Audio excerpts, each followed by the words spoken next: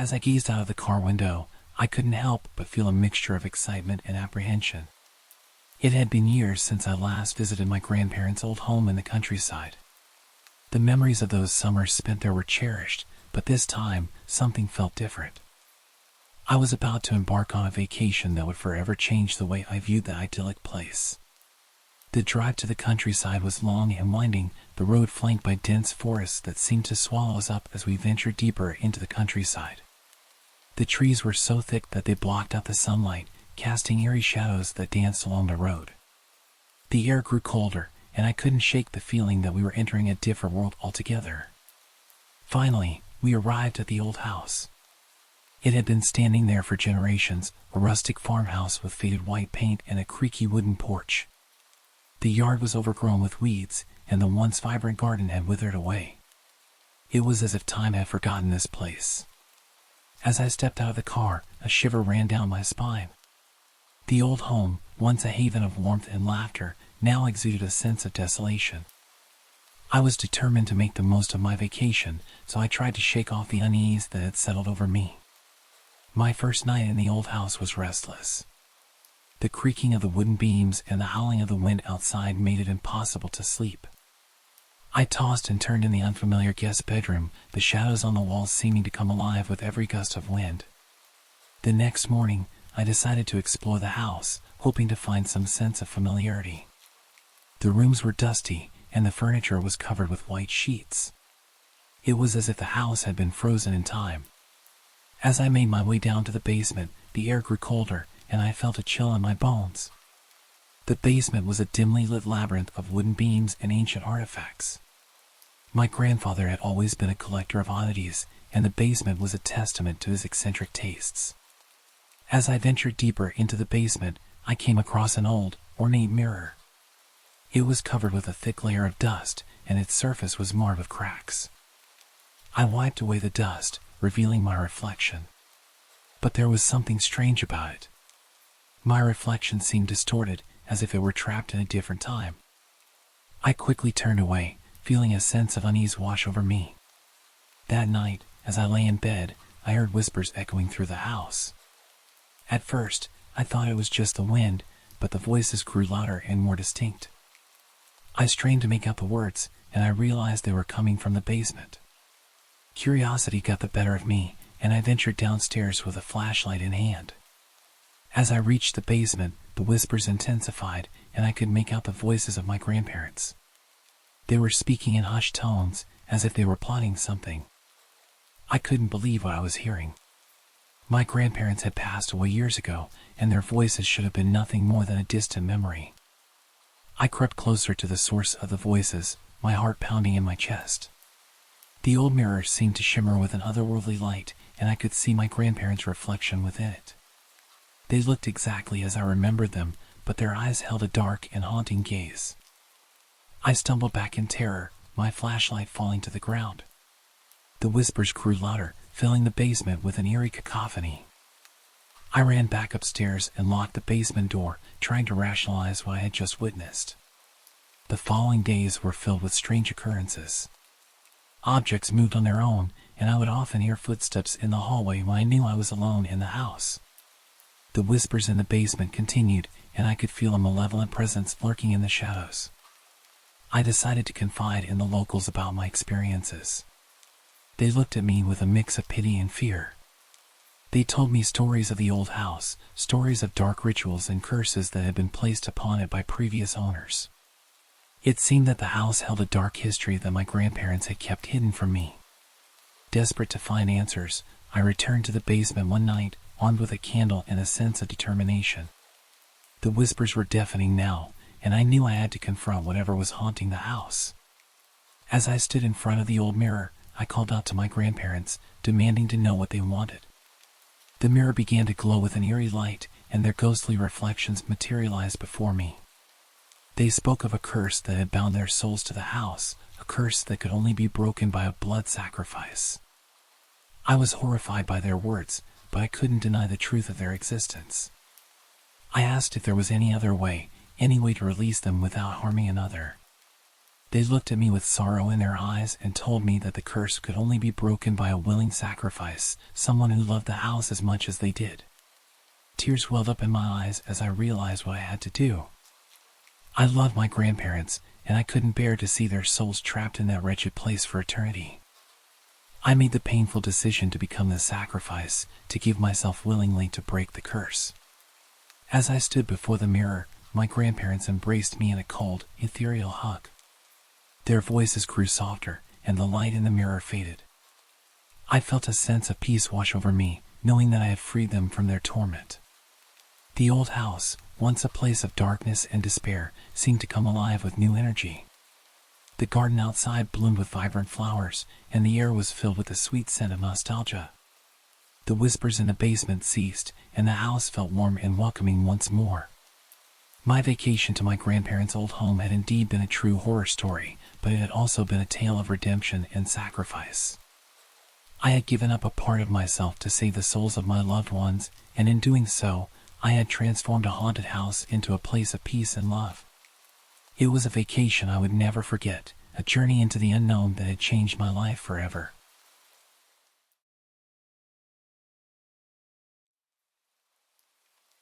It was Halloween night in 2022, and the air was charged with an eerie energy that sent shivers down my spine as I walked down Hollow Street. The full moon cast long, sinister shadows that seemed to dance in the dimly lit streetlights. This Halloween promised to be unlike any other I had experienced. My friends and I had decided to explore the infamous Hollow Street, a place known for its dark history. The street was said to be cursed, with tales of mysterious disappearances and unexplained events spanning back centuries. Every local knew better than to wander here after dark, but we were drawn by our curiosity and the thrill of seeking the unknown. As I stepped onto the cracked pavement, I could feel my heart pounding in my chest. My friends, Sarah, Mark, and Mike, followed closely behind me. We were all dressed in costumes, Sarah as a witch, Mark as a zombie, Mike as a mummy, and me as a ghost. Our costumes were meant to be playful, but the ominous atmosphere around us lent them a sinister quality.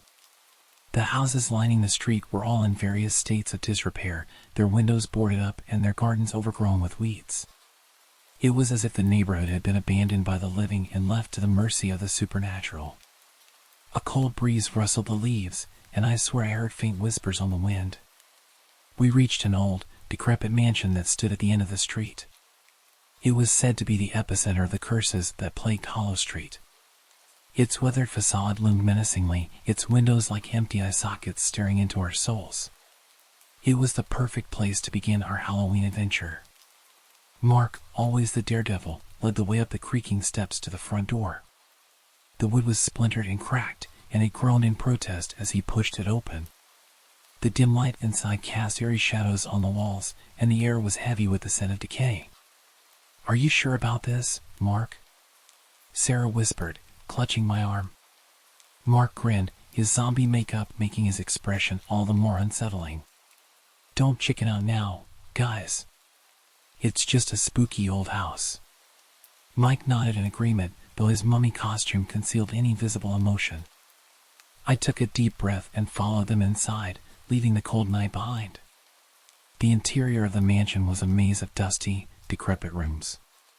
Antique furniture was covered in tattered sheets, and cobwebs hung in every corner. The air was damp and musty, and each step we took sent echoes reverberating through the empty halls.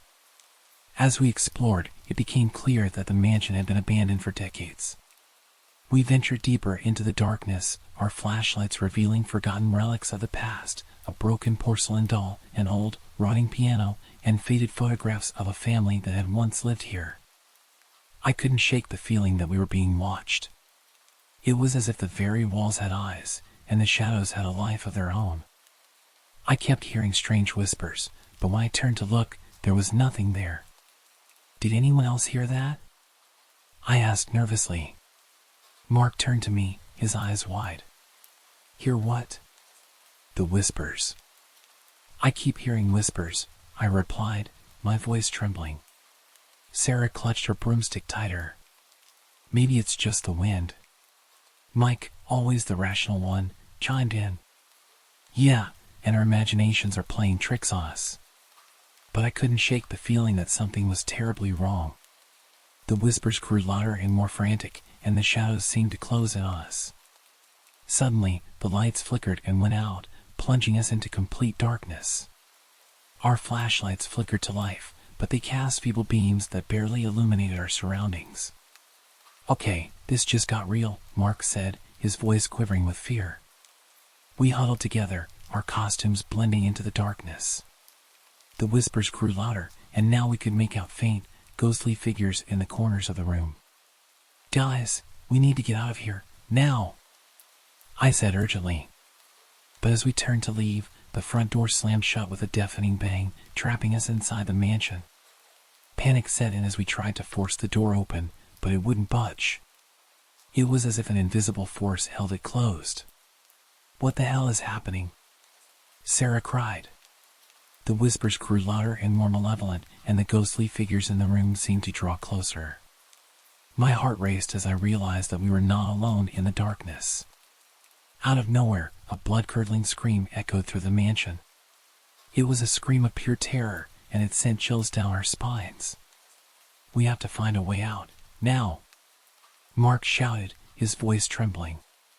We rushed through the dark hallways, our flashlights flickering and the shadows closing in on us.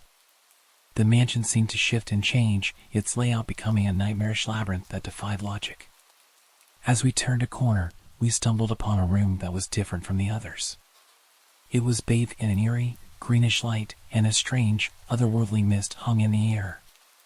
In the center of the room, there was an ornate, ancient-looking mirror. The mirror seemed to call to us, its surface rippling like water. It was as if it held the key to our escape. "Maybe this is a way out," Mike suggested. Without thinking, I stepped closer to the mirror, my reflection wavering in its surface. As I reached out to touch it, my hand passed through the mirror as if it were a pool of water. I turned to my friends, my voice filled with hope. "Guys, we can go through the mirror. It might be our way out." One by one, we stepped through the mirror, and to our amazement, we found ourselves back on Hollow Street, under the moonlit sky. The mansion had disappeared, and the whispers had faded into nothingness. Relief washed over us as we realized we had escaped the haunted mansion. We walked back down Hollow Street, our Halloween adventure forever etched in our memories. As we reached the end of the street, I glanced back at the spot where the mansion had stood. It was gone, leaving no trace of its malevolent presence. Hollow Street had one more surprise for us that night. As we walked away, we heard a faint, eerie laughter on the wind, a chilling reminder that the curses of the past could never truly be forgotten. That Halloween night in 2022, we had experienced a true horror story, one that would haunt us for the rest of our lives. Hollow Street had lived up to its dark reputation, and we had narrowly escaped its clutches, forever changed by the terrors we had encountered in the haunted mansion.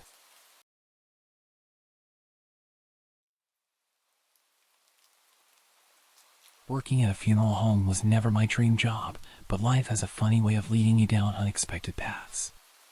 After struggling to find steady employment for months, I reluctantly accepted a position at Oakwood Funeral Home, a small, family-owned establishment tucked away in a quiet corner of town.